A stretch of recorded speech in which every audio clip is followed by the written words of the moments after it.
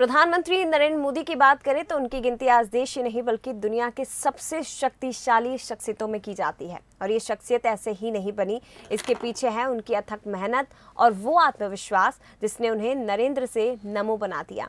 आइए एक नजर डालते हैं उनकी इसी खास शख्सियत पर। नरेंद्र दामोदर दास मोदी, ये नाम है एक जिद का।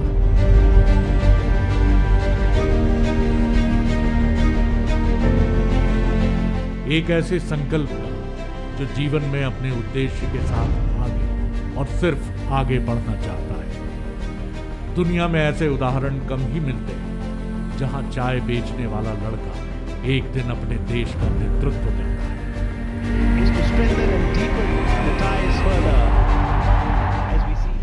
राजनीति की राहें मोदी के लिए मखमली सेज कभी नहीं रही।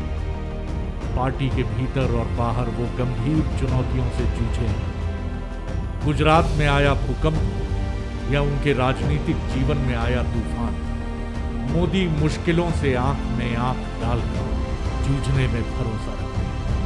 मोदी के लिए देश सबसे पहले।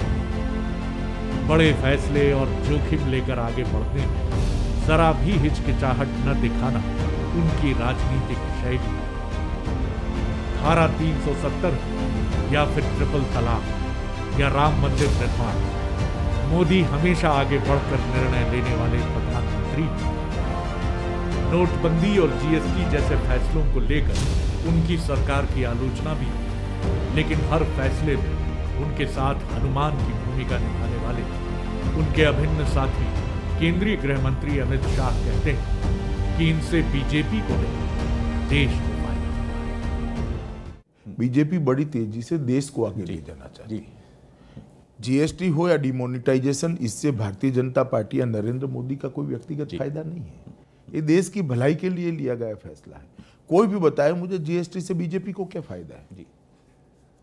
थोड़ा बहुत हमारी प्रचार की सामग्री पर भी जीएसटी तो लगा होगा, परंतु एक अर्थव्यवस्था को फाइनेंशियल डिसिप्लिन के 4 कोने के अंदर लाने का ये हमारा प्रयास है।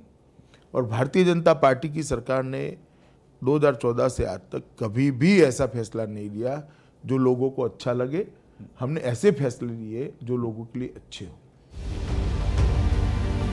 शायद कम लोग जानते हैं कि एक सख्त प्रशासक की छवि रखने वाले मोदी के व्यक्तित्व के पीछे एक कवि भी है। 1986 से अपनी भावनाओं को डायरी में उतारने वाले मोदी अच्छे कवि भी हैं। एक विचित्र घटनाक्रम भी उनसे जुड़ा है। ये साल 2000 की बात है। मोदी अपने घर में न जाने किस भावना से संचालित होकर अपनी डायरी के पन्नों को आग के हवाले करते जा रहे थे। तभी उनके नामधारी मित्र नरेंद्र भाई पंचासरा वहां आ पहुंचे। उन्होंने न सिर्फ मोदी को ऐसा करने से रोका, बल्कि जाते समय उनकी अपनी डायरी भी साथ ली। शायद उन्हें डर था कि मोदी कहीं अपनी पूरी डायरी को ही नष्ट न कर दे। बाद में उनके मित्रों के प्रयासों से मोदी की कविताएं साक्षी भाव शीर्षक से प्रकाशित इस पुस्तक का अंग्रेजी अनुवाद लेटर्स टू मदर के नाम से प्रकाशित हुआ है। संघर्ष को साथी बनाने वाले मोदी के आंतरिक भावों को समझना है तो उनकी किताब साक्षी भाव को पढ़ना बहुत जरूरी है।